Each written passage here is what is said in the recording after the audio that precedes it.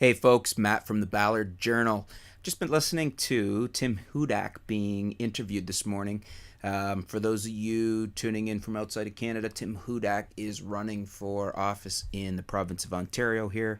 And he has what he calls his Million Jobs plan, um, which starts by ironically firing 100,000 government employees.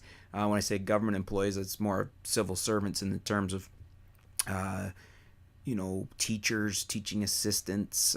He's claiming it's not going to, I think he's made the claim that it's not going to be frontline workers like firefighters and police and whatnot.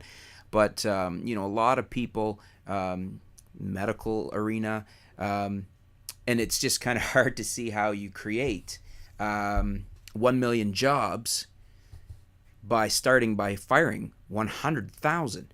And then other people have pointed out that of those 1 million jobs, and apparently he's admitted to it, that 400 and something thousand, around 500,000, would have been created anyways. So he's taking advantage of that. So he's saying he's going to create a million, but then you have to minus the 100,000 he's firing, which are good paying jobs, and then minus, say, 500,000 again, because he's already admitted that regardless of what happens, those jobs just would have been created as the economy continues on the way it's going.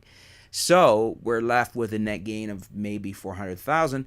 But here's the thing. Here's why, when I think about this, why this is going to fail, and why it's not good, why a Hudak government doing this plan is not good for Ontario. Basically, he wants to do this by lowering taxes for business, and in his, the way he talks, he wants to make it more hospitable in Ontario for big business, for corporations. So he's going to create jobs. Well, we've already seen how this works. What essentially happens is the big businesses take the tax breaks, they take the cuts, and they don't create the jobs. We've seen a lot of that happening. Just look down to the United States. It's happening all over the place down there. Look at the automotive sector in Ontario. There's numerous examples where the government's given them money and they've still pulled out. We've seen basically, and more so in the States, I feel very sorry for a lot of the population in the States that's been affected, but the middle class has basically just taken a heck of a beating. And the only jobs that you're seeing, say they're creating jobs, but a lot of these jobs now are you can work at Walmart or McDonald's or another fast food chain, and essentially you don't even make enough money to live. I mean, these companies function and make billions of dollars because they get corporate welfare. They pay their workers such a low wage, they can't live on it, and then they have to, in turn, get subsidy from the government. So these jobs cost us money. So Tim Hudak's jobs, what he thinks he's going to create, I think, that plan is going to end up creating a lot of low-paying, minimum wage, Walmart, McDonald's type jobs, where the government's going to be subsidizing those workers anyways because those companies don't pay a fair living wage. So the plan really sucks. I mean, we can't trust corporations to do the right thing. They don't. They function like megalomaniacs. They function like psychopaths. We've seen this. There's a couple movies and books out there that have analyzed how corporations operate. They're all about the almighty dollar. They have no concern for their employees, no matter what they say. I mean, we all know this intrinsically. We all know nowadays, whether you feel you can discuss this at work or in public or whatnot, you all know that really it comes down to it. Your employer will drop you at the drop of a hat. If it suits them, they'll have the excuses. They give you a little pat on the back, but they will drop you at the drop of a hat. We've seen it time and time again lately. It's been far too much of this.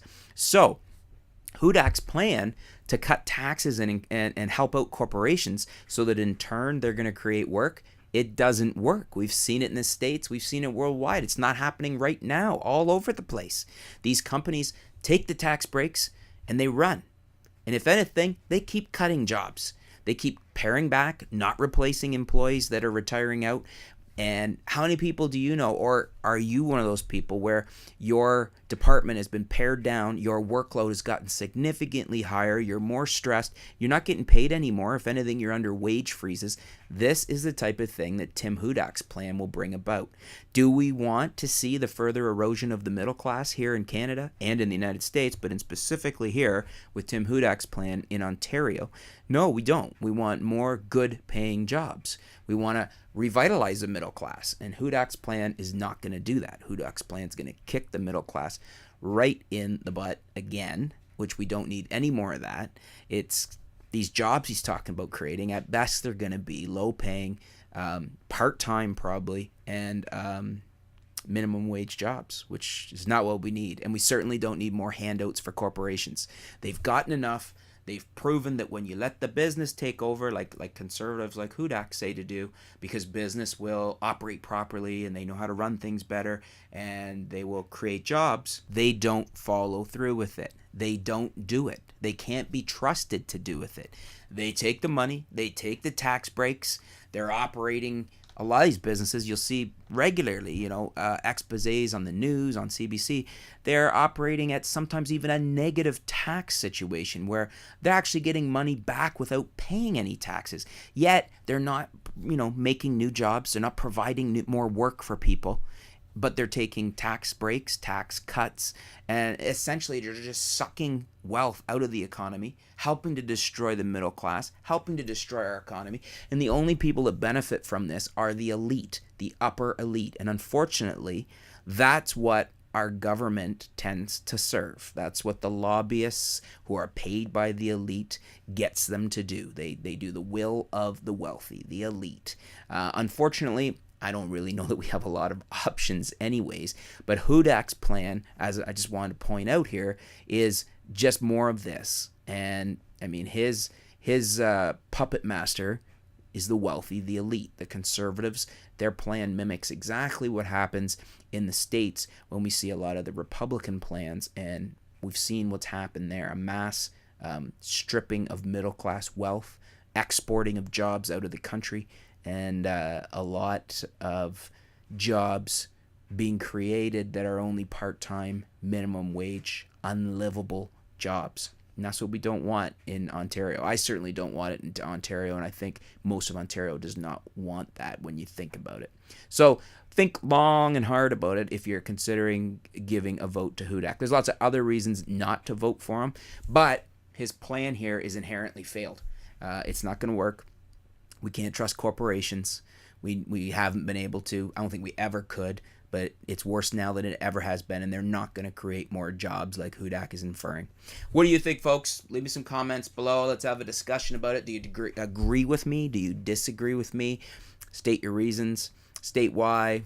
Hey, let us know who you're going to vote for if you're comfortable with that, or let's just have a friendly debate about it, and we'll talk to you soon here at the Ballard Journal. Thanks.